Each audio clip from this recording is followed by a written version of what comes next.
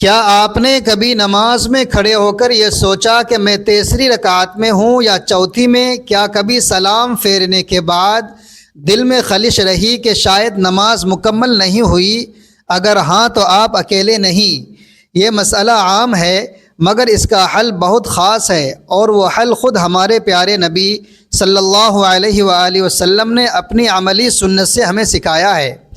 آئیے آج اسی رحمت بھرے اور آسان حل کو جانتے ہیں۔ نماز میں رکعتیں بھول جائے تو کیا کریں؟ نبی کریم صلی اللہ علیہ وسلم نے خود اس کا سنت حل سکھایا ہے، جسے سن کر صحابہ کرام رضوان اللہ علیہ مجمعین بھی حیران رہ گئے تھے۔ بسم اللہ الرحمن الرحیم۔ السلام علیکم ورحمۃ اللہ وبرکاتہ۔ پیارے اسلامی بھائیوں اور بہنوں، نماز انسان کی زندگی کا سب سے بنیادی ستون ہے، سب سے عظیم عبادت اور سب سے ضروری فریضہ ہے۔ اسلام نے جس عبادت پر سب سے زیادہ زور دیا وہ نماز ہے، کیونکہ نماز وہ مقدس لمحہ ہے جس میں انسان براہ راست اپنے رب کے سامنے کھڑا ہوتا ہے۔ انسان کی روح، دل اور ذہن سب سے زیادہ سکون اس وقت صرف عبادت میں ملتا ہے۔ اللہ کے رسول صلی اللہ علیہ وسلم نے فرمایا، نماز دین کا ستون ہے۔ یہ اس بات کی دلیل ہے کہ اگر ستون مضبوط ہو تو عمارت بھی مضبوط رہتی ہے۔ نماز انسان کے اندر پاکیزگی پیدا کرتی ہے، گناہوں سے بچاتی ہے اور اس کے دل میں اللہ کی یاد تازہ کرتی ہے۔ انسان کیونکہ کمزور پیدا کیا گیا، اس کے اندر بھول ہے، غلطی ہے، کم فہمی ہے۔ اللہ تعالیٰ نے خود فرمایا، انسان کمزور پیدا کیا گیا، سورۃ النساء آیت نمبر 28۔ اس لیے انسان دنیا کے کاموں میں بھی بھول جاتا ہے اور عبادت میں بھی۔ کبھی ذہن منتشر ہوتا ہے، کبھی خیالات کا حملہ ہوتا ہے، کبھی پریشانی دباتی ہے، کبھی دل اور دماغ کی یکسوئی نہیں بنتی۔ انسان جب نماز میں کھڑا ہوتا ہے تو شیطان اس پر حملہ کرتا ہے تاکہ اس کی توجہ بکھر جائے۔ رسول اللہ صلی اللہ علیہ وسلم نے فرمایا، جب انسان نماز شروع کرتا ہے تو شیطان اس کے پاس آ کر کہتا ہے، یہ بھی یاد کر لو، وہ بھی یاد کر لو، یہاں تک کہ اسے یاد ہی نہیں رہتا کتنی رکعتیں پڑھی ہے۔ صحیح بخاری حدیث نمبر 608۔ یہ حدیث اس بات کا واضح ثبوت ہے کہ نماز میں رکعت بھول جانا انسانی کمزوری نہیں بلکہ شیطانی وسوسہ بھی ہوتا ہے، اور یہ عام آدمی کے ساتھ نہیں بلکہ صحابہ کرام کے ساتھ بھی ہوتا تھا۔ اب ہم اصل مسئلے کی طرف آتے ہیں۔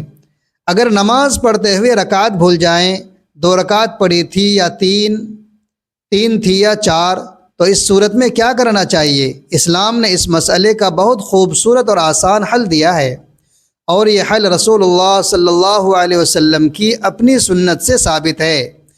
ایک بار نبی کریم صلی اللہ علیہ وآلہ وسلم نے نماز ادا کی اور رکعت میں کمی ہو گئی۔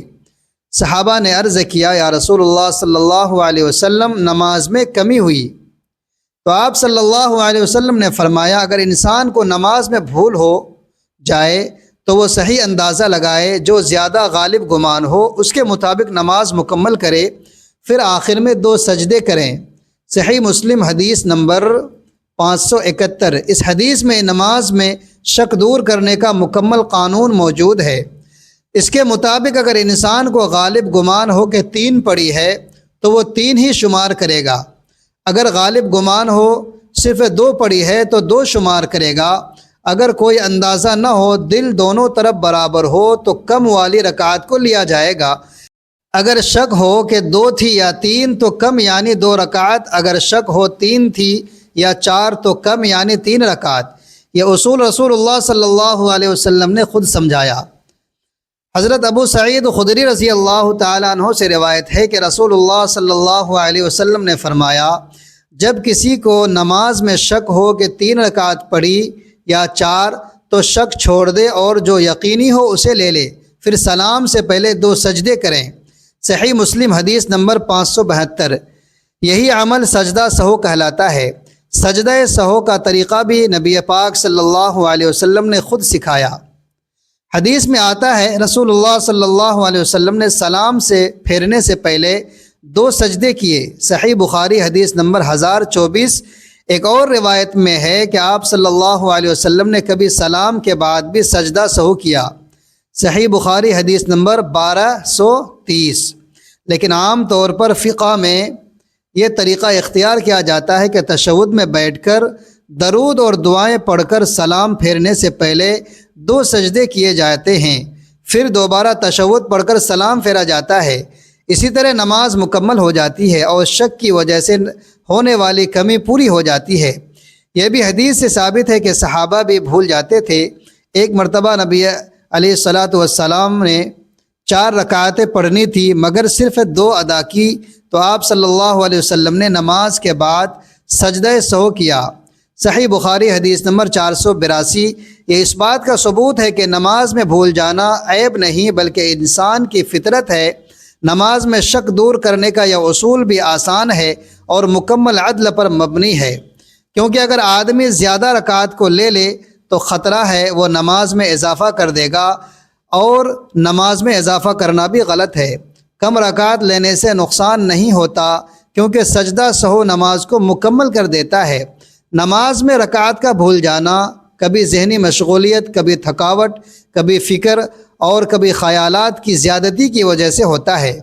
رسول اللہ صلی اللہ علیہ وسلم نے فرمایا، شیطان نماز میں آ کر انسان کے دل کو کھینچتا ہے یہاں تک کہ اسے پتہ نہیں چلتا کہ اس نے کیا پڑھا۔ حدیث صحیح بخاری 3299۔ لہٰذا اگر نماز میں شک ہو تو انسان کو پریشانی نہیں کرنی چاہیے، کیونکہ دین آسانی چاہتا ہے۔ نماز میں وہی طریقہ اپنایا جائے جو رسول اللہ صلی اللہ علیہ وسلم نے سکھایا ہے۔ اگر غالب گمان ہو تو اسی کے مطابق نماز مکمل کریں، اگر کوئی گمان نہ ہو تو کم رکعات لے لے، آخر میں سجدہ سہو کر لے۔ یہی سنت طریقہ ہے، یہی طریقہ نماز کو کامل بناتا ہے، اور یہی عمل تمام فقہاء کے نزدیک معتبر ہے۔